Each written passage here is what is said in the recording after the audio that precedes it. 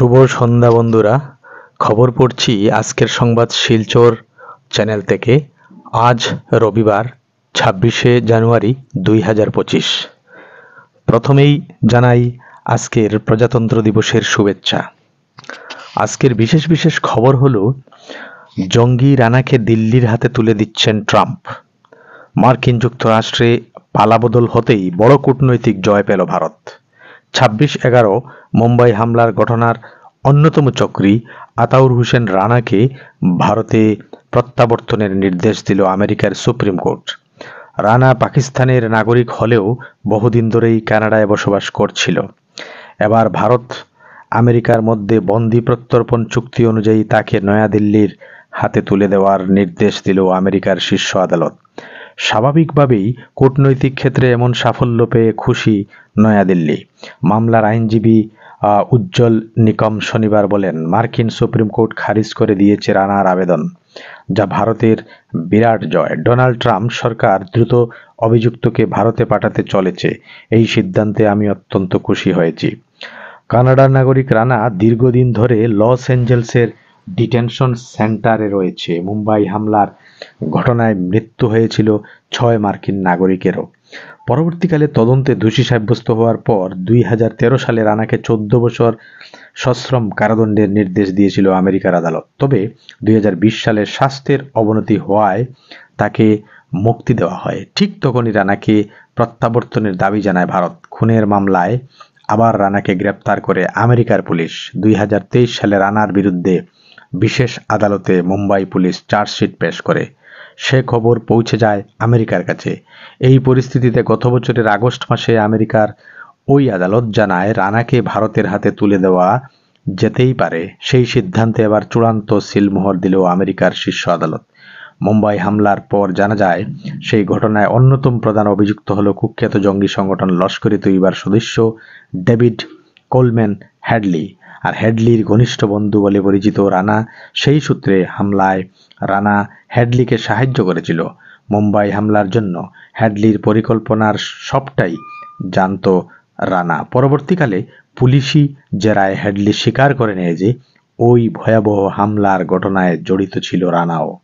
2008 সালের 26 নভেম্বর মুম্বাইয়ের একাধিক অঞ্চলে অন্ততপক্ষে 10 জঙ্গি ভয়াবহ হামলা চালিয়েছিল।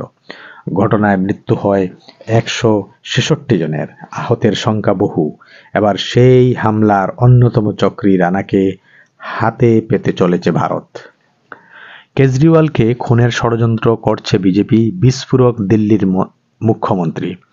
দিল্লির প্রাক্তন মুখ্যমন্ত্রী এবং আম আদমি পার্টির সুপ্রিমো অরবিন্দ কেজরিওয়ালের নিরাপত্তা প্রত্যাহারকে কেন্দ্র করে রাজনৈতিক উত্তেজনা তুঙ্গে।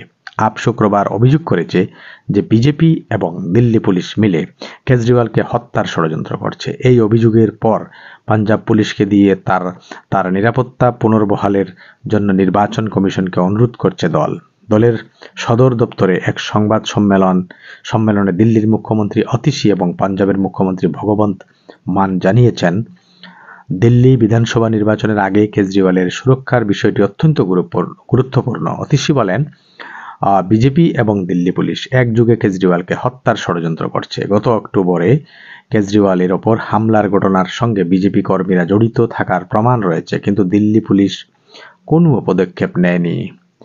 এই রিপোর্টটি এসেছে যুগসংকে।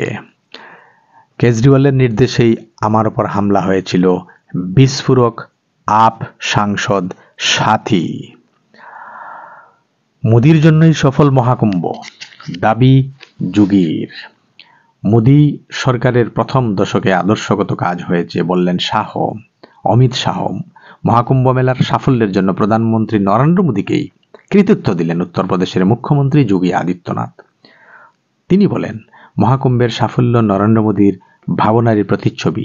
একটি সংবাদ মাধ্যমে সম্প্রতি যোগী বলেছেন, ভারতের ঐতিহ্যের যথাযথ সম্মান পাওয়া উচিত। মানুষের ধর্মীয় বিশ্বাসকে সরকার যে সম্মান করে, এটা তারই অনন্য উদাহরণ।